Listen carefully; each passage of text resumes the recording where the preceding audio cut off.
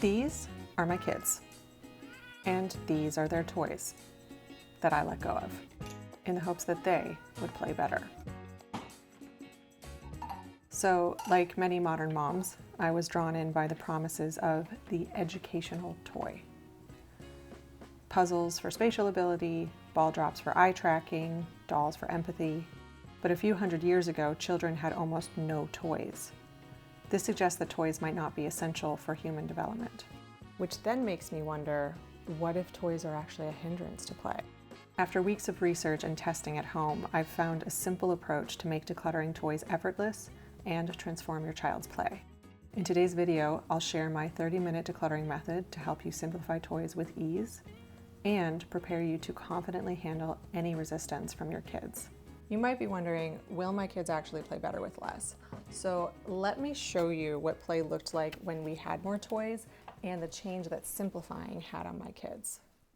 Since my daughter was born, I've used a toy rotation system that has undergone at least 10 reorganizations and relocations in the past 4 years. It became a nightmare to maintain.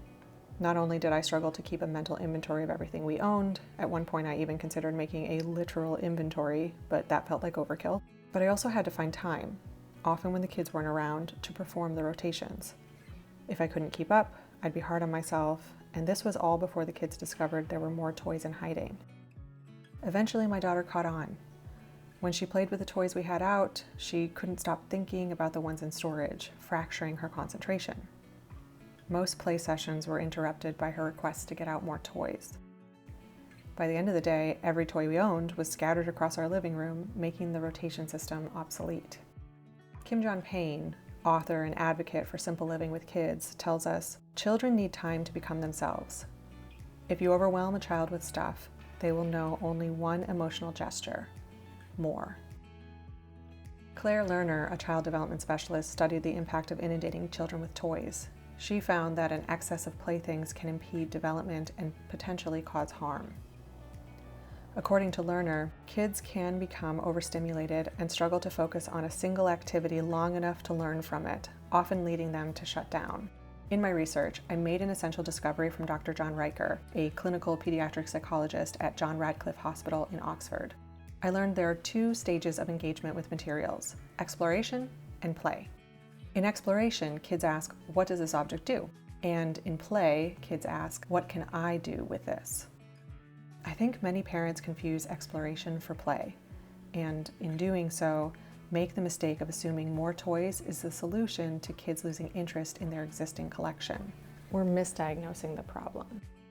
An abundance of toys prevents opportunities to be resourceful with a small collection of materials.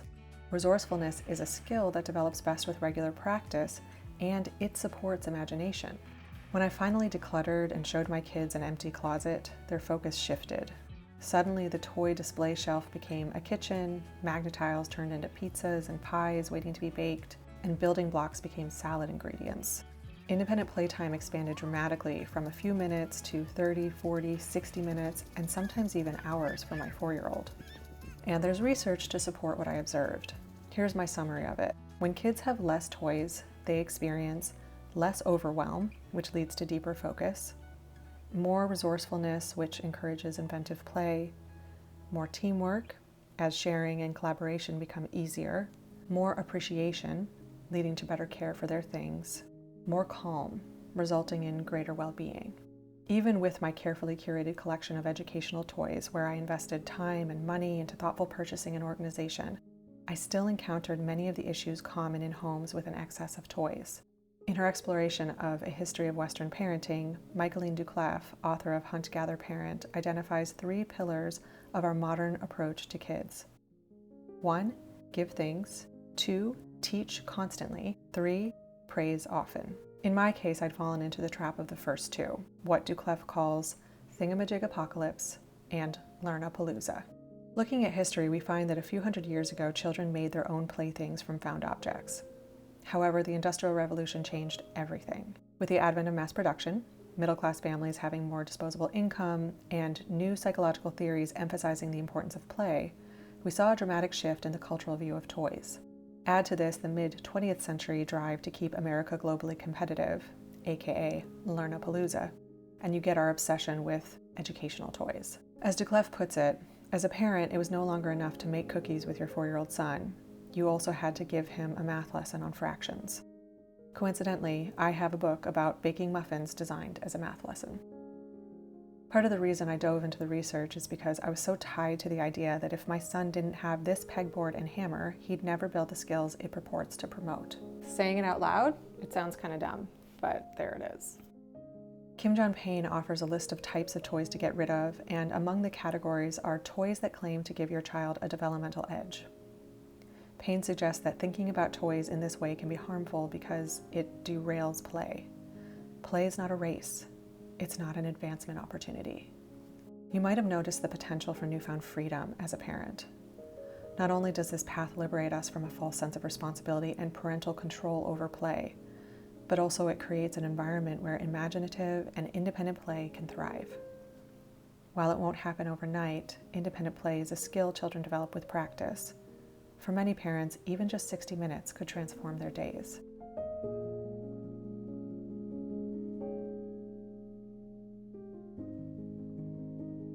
So, what is my decluttering method? In the past, when I would declutter toys, I would go item by item, evaluating them for their potential value, their developmental purposes, and how my kids engaged with them. But my recent research has led me to a new conclusion. Toys are not essential to play or development, and evidence for this is popping up everywhere I look. A nursery school in Bristol, England, conducted a month-long trial and removed all their toys, replacing them with cardboard boxes and common household items. After seeing the impact it had on the kids, the staff were eager to make the experiment permanent. The director said, "When you strip away everything, you see what children's imagination genuinely looks like." The Bristol nursery was inspired by the practice in many German kindergartens, where toys are often seen as suffocating children's creativity and are removed for up to 3 months each year. Many of these schools have been running this experiment for decades. It might feel a little extreme to eliminate all the toys in your home. For one, in a school there are multiple playmates available, which is not always the case in our homes. Here's what I took away from these stories. They were running an experiment, and they discovered that ultimately imagination fueled play, not the individual materials. Now, you clicked on this video because I promised a 30-minute method, and we accomplished this by shifting our mindset around decluttering toys from the pressure of making final decisions to running an experiment in our homes and with our kids. We're making this process fast and easy by adopting the objective mindset of a scientist testing a hypothesis. My hypothesis: Peyton and Theo will play more independently and with less interruptions, with a small collection of toys and no rotation closet. So here are the steps. Step 1, establish the parameters. Ask yourself, which toys do my kids choose 80% of the time? Which toys do they play with for the longest stretches of time? Which toys do they play with in the most imaginative ways? Which toys are beloved? Which toys encourage sharing and cooperative play? There's always going to be some conflict, so ask this question loosely. Where will the toys be displayed or stored? How many can fit comfortably in that space? Can the kids access them and put them away on their own? These questions define the criteria for toys that will be kept. Here's what we kept: blocks, magnetiles, felt flowers, dollhouse and accessories, tea set, dress-up clothes, 1 doll each, and stuffed animals. Beyond this central toy collection, we have a sandbox, swings, balance bikes, balls, a slide, and a jungle gym. We have a small collection of art supplies, which is kept by the kitchen table where they do art, and we have a few books. 4 or 5 are kept on this shelf, and the rest in this basket in their bedroom. For now, I'm keeping a rotation closet for books, but we'll see down the road. We might slim it down further. Oh, and this basket of books and toys lives in my car. Step 2, set up the experiment. Now you need a space to display the remaining collection. I recommend choosing a place that the kids can easily access and put away their toys. I'm using our old entertainment cabinet in the play area. I have a basket for magnetiles, a basket for blocks, and a basket for the felt flowers. Behind the sliding door, I have the dollhouse and accessories, the tea set, the dolls, and here a basket for dress-up clothes. I also mentioned we keep stuffed animals which live in their bedroom.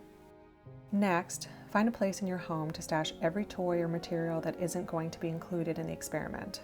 I was pretty slim on options, so I moved this dresser to be angled against a corner, packed all the remaining toys into black, opaque trash bags, and lowered them back behind this dresser out of sight. The dresser is in my office, so there's not a lot of opportunity for the kids to examine or explore around it, though they have been in here and haven't caught on.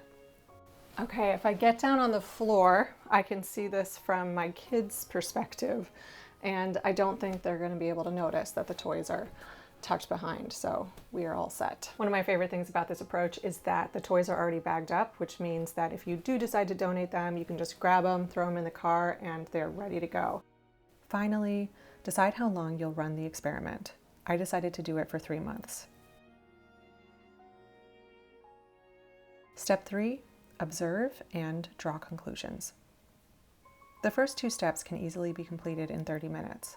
I was able to wrap it all up in 10. And those 2 alone will give you an immediate break from the deluge of toys. But this next step will go for the length of time you've decided to run the experiment.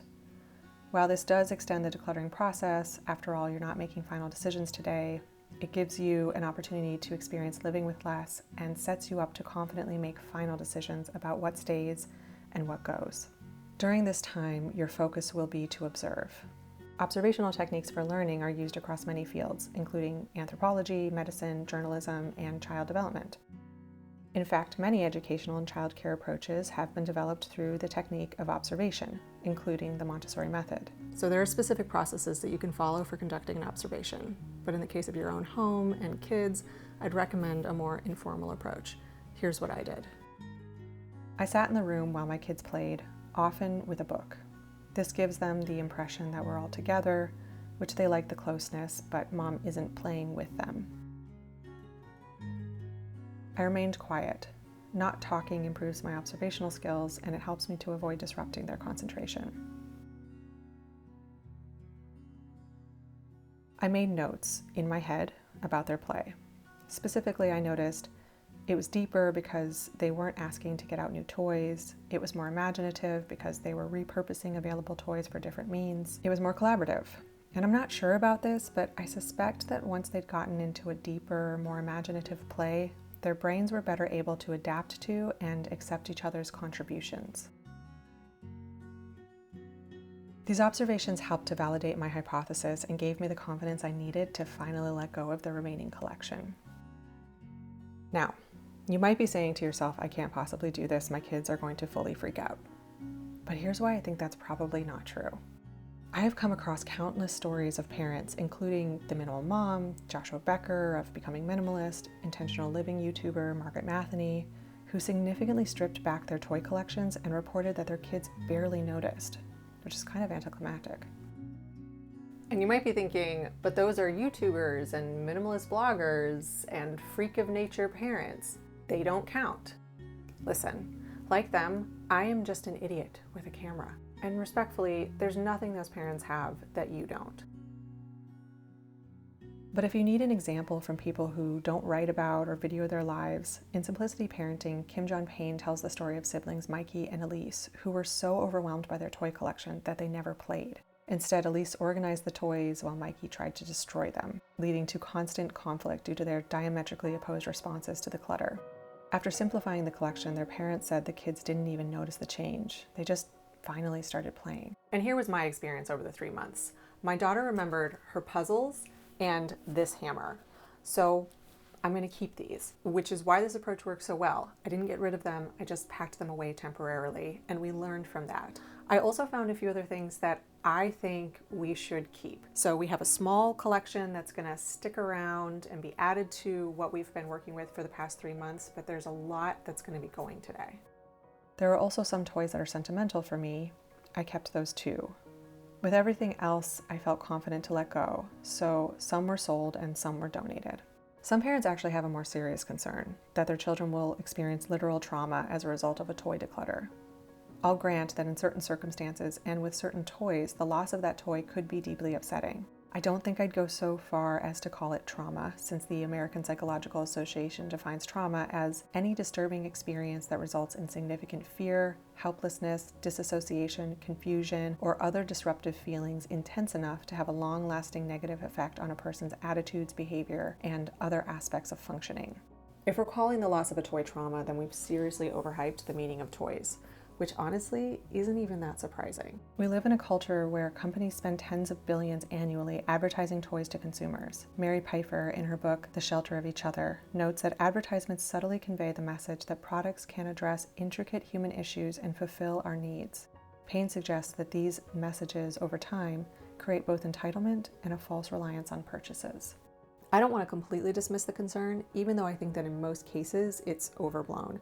There are circumstances, though, where a child could be very hurt by the loss of a toy, such as a toy that was given to a child by someone who, for one reason or another, is no longer in their life. For children, toys are like ritual objects that carry significant meaning and resonance in the development of their worldview, which is why I encourage you to use discretion and your deep understanding of your child as you curate their collection. But keep in mind, when it's too much, individual toys lose their meaning for a child, and the value of toys shifts to acquiring the next toy rather than appreciating what they have. Now, if your kids do notice a change and get upset, I want you to feel prepared with a few responses. So here are some things that you can say. We're taking a break from the other toys right now. Come see how I set up your toys. Come see where we used to keep toys, and allow them to see the now empty space. Look at all the new space you have. I wonder what you'll do with it. Using I wonder is a magical approach with kids. Whether you frame it as a statement or a question, I have found it to be incredibly useful in getting my kids to think a little differently when they're kind of stuck. Now remember to use these approaches only if your child is upset. Don't unnecessarily draw their attention to the change. Another thing to keep in mind is it's okay for your child to experience disappointment or to have an emotional response to this change. Allow them to move through those feelings. As they do, you can model calmness. Trust that the outburst is temporary, and know that through simplifying their toys, your kids will experience greater contentment in the long run. But here's the kicker. Kids have a keen sense of fairness. If they spot a cluttered house and see you holding on to your favorite toys, that pared down collection of theirs won't last. So if you're new to simplifying, I wouldn't start with your kids. Instead, watch this video to get you thinking about simplifying your own things.